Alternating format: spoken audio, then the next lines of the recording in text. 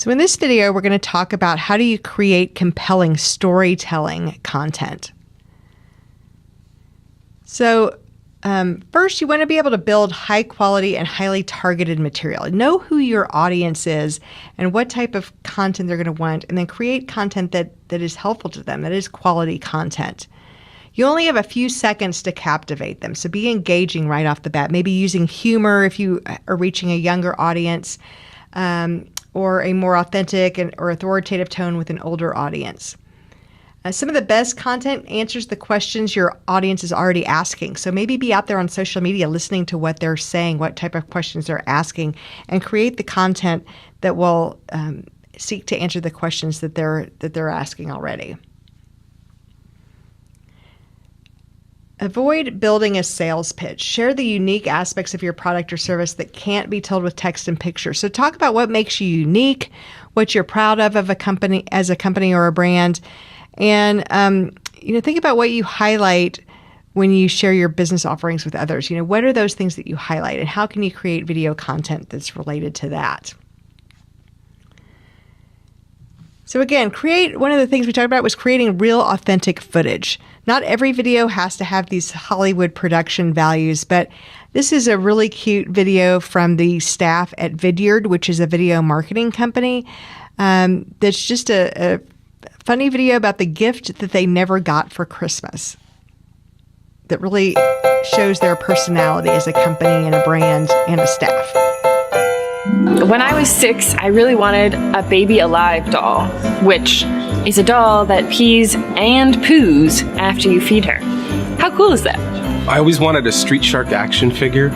They had these big, fists, and their mouths could open with the fin. You just pulled it back. It was just the coolest toy that any 8-year-old kid would want. A Sailor Moon doll I wanted the large size, and I got a smaller version. Yeah, I know. I was pretty pissed. Bummed. I wanted a Super Nintendo, but instead I got a Sega Genesis. Ralph Lauren was coming out of the scene, and I so wanted a Polo Oxford cloth because the horse was everywhere. Instead, I got the JCPenney Fox. What did the Fox say? Jamie, you look like a dork. I remember the one year I asked for an Easy Bake Oven, but my parents were concerned it was a little bit unsafe. So instead, I received a Lite-Brite, which was the most lame toy I could possibly receive.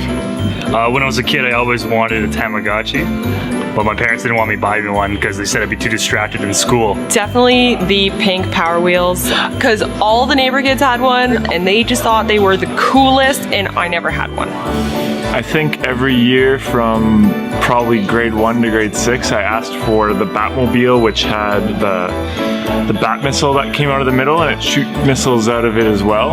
Oh, I asked for a lot of things. Did I get them? No, because what's Christmas? All right, you're done. So that was funny, showing the real authentic nature of their staff. When you're creating video content, keep it short. Videos can run the gamut from those old 6-second vines to the 10-minute vlogs. Less than 2 minutes is good, or even less than 30 seconds if you want to use your video as a paid TV commercial. A video of less than 90 seconds is better earlier in the funnel, but videos further down the funnel can be longer if there's a lot more to explain about your product to an audience that already is interested and has a desire to purchase it. Most viewers will only make it through about 70% of your content, so the shorter the video, the more likely that they'll watch it all. This graph kind of shows that. The first 2 minutes of the video, you have 70% of your audience, but look how dramatically it drops off after that.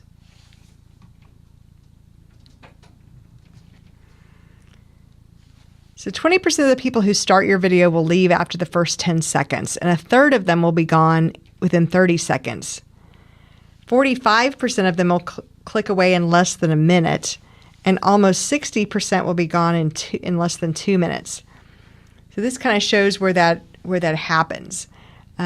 You're down to about 65% in minute 3, and by the time you hit the 7-minute mark, you've lost almost half of your audience.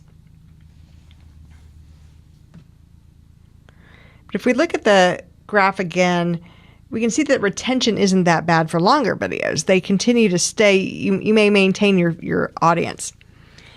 And then looking at this slide, this actually shows that the length, the retention of viewers to your videos at different video lengths.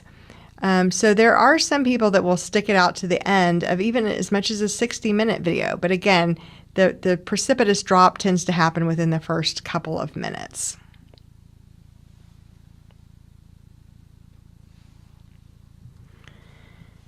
So in terms of the tone and content of your video, you want to talk directly to your audience. You want to be natural, slightly informal, and very personal.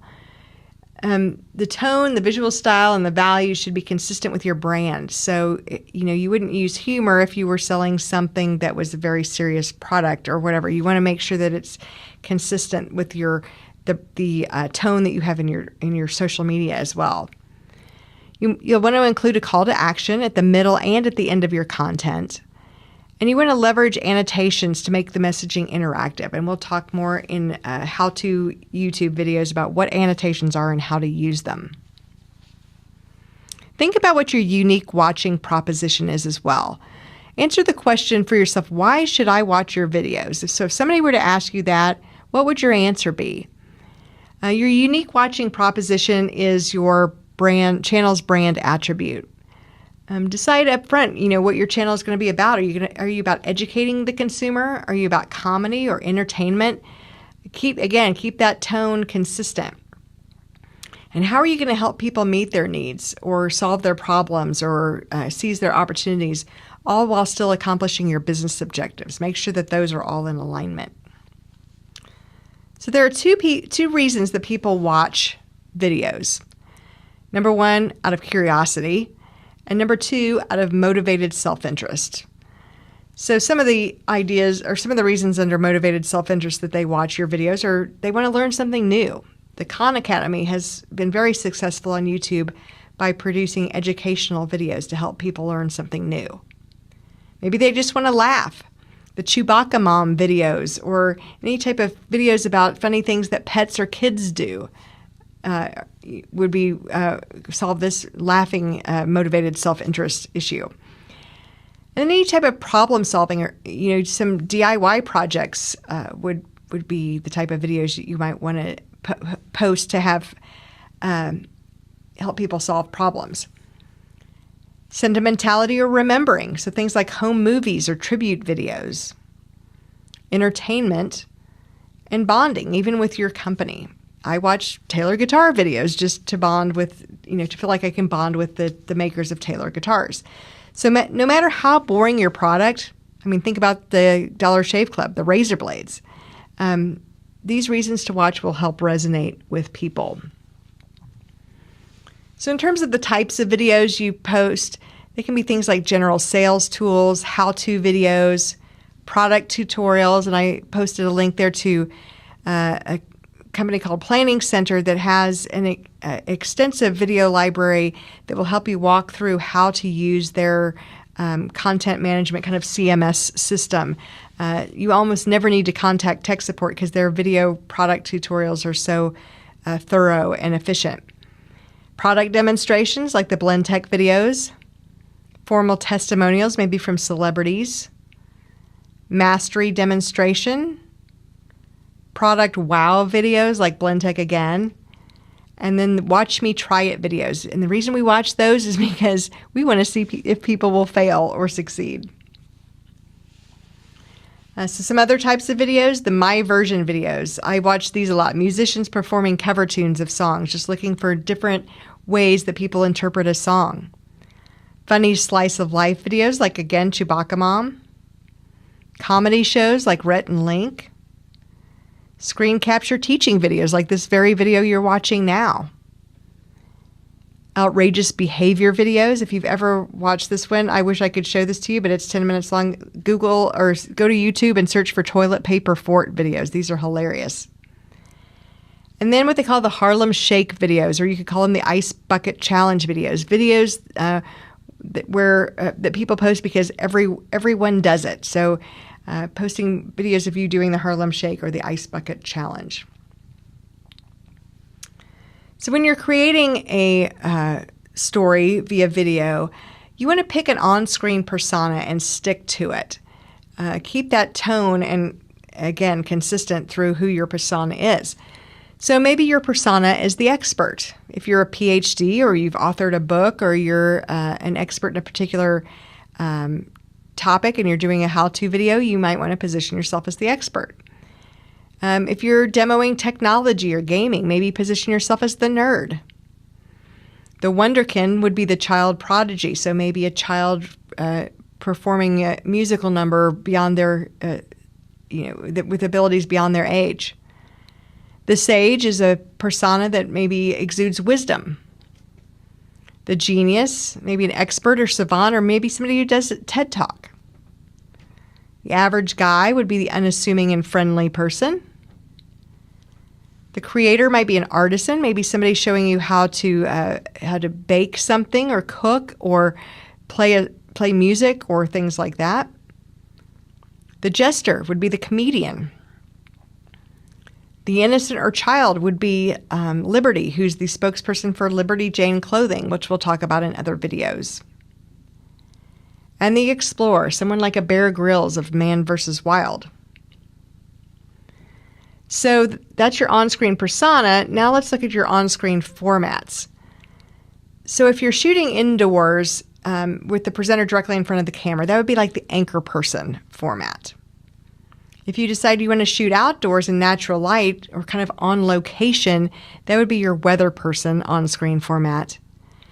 Or perhaps you're like the Disney Collector BR that we watched earlier, and you shoot indoors with the camera on the presenter's hands only, the hand model format. And then in terms of off-camera formats, things like screen capture videos where you capture what's on the computer like we're doing right now with a presenter like me who just does a voiceover on the slides. Or there's the movie trailer format where you could maybe use for product launches where you have still images or video images of your products set to music. Or you could do a product commercial that displays the product attributes. Whatever you do, keep in mind that you can use your videos across all channels and promote them between channels. But you might want to create different versions for different platforms. You might need to tailor the length of the video or any type of audio or call to action based on what channel you're using. There's a difference between creating one video asset and sharing it everywhere and creating one video asset tailored to different platforms. So be specific to the needs of each platform and the audience at each platform.